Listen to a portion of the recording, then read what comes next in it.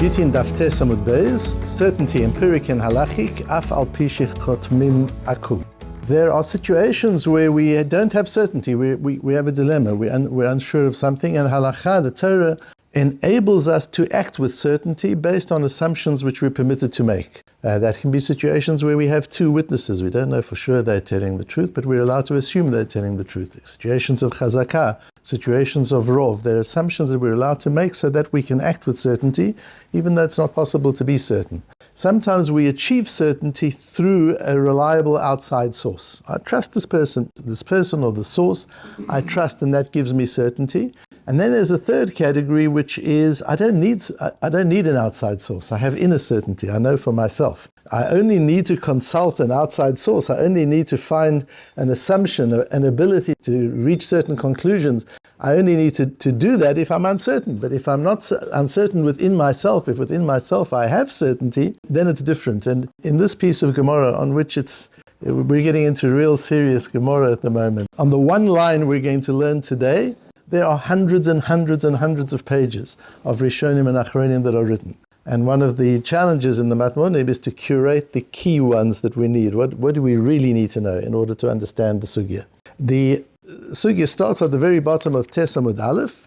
V'chol hashtarot ha'olim ba'archaot shel ovdei kochavim. All documents that emerge from the non-Jewish legal system. So you get a document that has been certified and created in the secular legal system. Even though the people signed on that document are non-Jewish, shiurim, the shtar is kosher, the document is kosher. We can use that document to act on it, even though we know that where we need edus, we need Jewish edim, where we need witnesses, we need Jewish witnesses. This is an astonishing statement that we have in this brisa, which the Gemara works on, and that is that in the mandatory system, in the civil system, documents signed by non-Jews through the legal system are perfectly valid. Chutz mi gittin nashim v'shichrurei avadim. With the exception of gittin. There are two types of gittin. There's a get that separates a husband from a wife, and there's a get that separates a slave from his owner. That's also called a get. Those two documents cannot be signed by non-Jewish edim, they have to be signed by Jewish edim. The big issue is why the difference? If non-Jewish edim are a source of information and they're kosher, why shouldn't they work on gittin? If non-Jewish edim are not permitted for gittin, why should they be permitted on regular documents? And here we have three different approaches. The approach of Rashi and the French school, the early French school.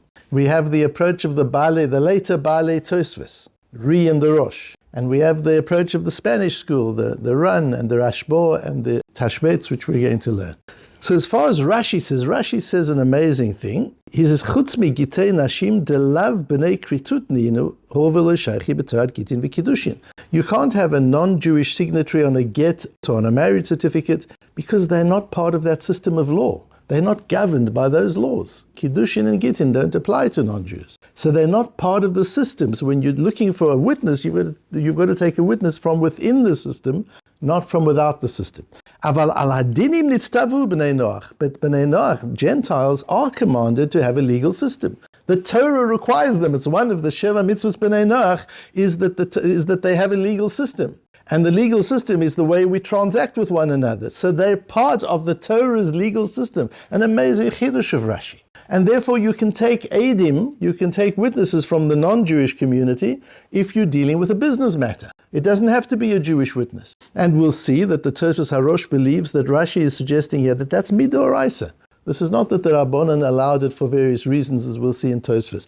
This is, the Torah allows it. There's absolutely nothing wrong. These are two completely different systems, and that's why there's a different word for get. It's not a shtar, a document of divorce. It's a get. It's not a shtar. And a get shichrur, the document that gives freedom to a slave, is a get. And a get, the goyim are not part, the non-Jewish world is not part of the system of gittin and kiddushin. But they are part of the system of business, of mominus. And therefore you can use a non-Jewish witness for that. That's what Rashi learns, which is quite amazing. And it makes sense in terms of the very important Ramban in Bereshis, in Parshas Vayishlach, on the question of why the sons of Yaakov could treat Shechem and Hamor so severely. What did they do wrong? In terms of mitzvahs b'nei Noach, it wasn't rape, it was seduction. Dinah agreed. What was so terrible? that they go and they wipe out the city. Says the Ramban, because then B'nai Noach, when non-Jews are commanded to make and keep laws of monetary matters, it's not just like a general system. They're commanded with all of Choshen Mishpat, all the laws that we have. The same laws that govern our business systems, which is the whole of Choshen Mishpat, those same laws govern the non-Jewish world. They must make equivalent laws and they must operate by those laws. So they are part of the business system. That's what Rashi is saying, Midoraisa, from the Torah. So Shem and Chamor didn't operate according to laws that the Torah requires of them. That was the problem. They didn't keep one of the Sheva Mitzvahs B'nai Noach. And from that, Rashi takes the view that non-Jews, from a Torah perspective, are as much part of the legal system as Jews are, and as part of the legal system, they can be proper witnesses. So if a witness is signed on, a non-Jewish witness is signed on a document, it's the same as if a Jewish witness is signed on the document, which means the Torah allows me to assume this to be true and I can operate on that. I don't have to have any further knowledge than the fact that they're two valid witnesses. The Tosfos HaRosh gives 3 reasons why it applies by mandatory laws, yes, but not by Gittin. He points out that Rashi is saying Midoraisa, as we learnt in the Rashi. I've numbered the 3 reasons so that you can see them in the sources very clearly. The one is they're not part of Krisus, they're not part of the laws of Gittin. The second is that a non-Jew doesn't think of the idea of lishma. In mandatory laws, that's foreign to a non-Jew, that you've got to have special intent. It's technical. And as long as the technical factors are there, that's sufficient in the non-Jewish and the secular legal system. Whereas we need kavanah, it's got to be intention, there's got to be lishma, and that's foreign to that group of people. And the third is the goyim einam ksherim laha'id min haTorah, that goyim are not, non-Jews are not kosher eidim as far as the Torah is concerned. When we need edut, when we need evidence, it needs to be a Jewish person. In that case, asks Tosfos, and Tosfos gives those same 3 and adds a 4th one, a very interesting one, that eidim on a get, they're actually shlichim. The divorcer, the husband, says, please sign as my eidim. He's making them shlichim. He's making them a messenger. He's making them an agent of his, which is also a very new and interesting idea. We could sit on this line, even if we were learning full day, we could sit on this line for a week very comfortably. And we're trying to do it in 20 minutes. So then comes the question, the Tosfos and the Rosh ask, so why are they allowed to be on mandatory documents? Rashi says, Min HaTorah, because they're part of the system. The Tosfos and the Tosfos HaRosh say no. The Rabbanan, we spoke about just the other day, how the Rabbanans are to make the Torah laws applicable, to make them work in a real world with human frailty and human weakness. That's how that works. And here too, the Chachomim realized that without allowing non-Jewish witnesses on documents, how would we do business? How would the Jewish community do business in the non-Jewish world? The Chachomim knew we were going to be spending a lot of time in the big wide world. How are we going to operate if you can't accept a document with non-Jewish witnesses? So they allowed it on the basis that non-Jewish witnesses are careful also to tell the truth. There's a legal system, they're careful, and we assume that they're telling the truth. So they don't have a din eidim. We don't make them eidim. They are not witnesses in terms of Torah definition. But they are in the sense that we rely on their honesty. We rely on the fact that they're telling the truth, and therefore we have an external source. So according to Rashi, the non-Jewish aid is a Torah principle that this makes the shtar reliable. You are permitted to act on the basis of the shtar, whether or not you know anything more about it. You've got kosher eidim. According to Tosfos and the Rosh, there is an external source of reliable information. They're not eidim in terms of definitions of the Torah, but they're 2 integrous, honest, non-Jewish people who've signed on the document, and I rely that that source of information is honest and one can use that. I mean, these things are very, very important, not only in the laws of shtarot, but even today when you use the internet. When is it something you're allowed to assume that the Torah says that is information you can act on? When is it that you say it's a reliable, authoritative source? I trust the source. When is it not that at all? It's neither of those. And then there's the third possibility, which is a very fascinating tashbeitz. The tashbeitz, very, very interesting and important 14th century Rishon, towards the end of the time of the Rishonim, born in Majorca in Spain. There he learns with the Vidal Ephraim, who's a Talmud of the Ran. So he's from the school of the Ran. And later on lands up in Algeria. And later on he lands up in Algeria. And there he meets the Rivash, who is also a Talmud of the Ran. So this is all part of the Ran school. What's interesting from the Ran onwards, we have a lot of clarity of writing. You'll notice the style of writing is much easier to understand. Whether that's because they're closer to us, we understand, there's a sense of modernity, that we understand that, or whether it's because they had so much information already, they had access to all of the Rishonim, the Balei Tosfos, and the Spanish authorities, they had it all, and yet they're still Rishonim, so they write with a level of clarity that we don't find in earlier Rishonim, and you'll see that here in the Tashbetz, where he starts off and he says, I've seen among the French school, meaning Rashi and others, the view that a non-Jewish aid is midoraisa, from the Torah's perspective, is a kosher witness. And he attacks that and says that's not so.